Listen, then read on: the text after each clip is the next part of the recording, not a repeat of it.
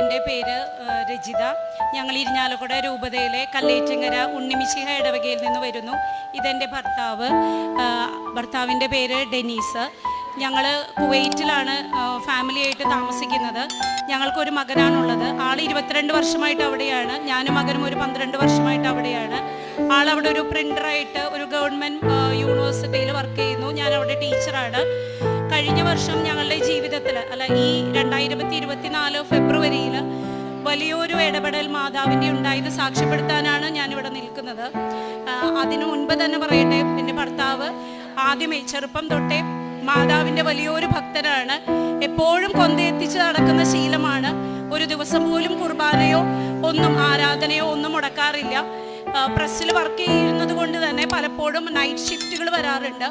night shift വന്നാൽ പോലും അവിടുത്തെ 5:45 രാവിലത്തെ കുർബാനയ്ക്ക് എങ്ങനെയെങ്കിലും ആൾ അഡ്ജസ്റ്റ് ചെയ്ത് എത്തുകയും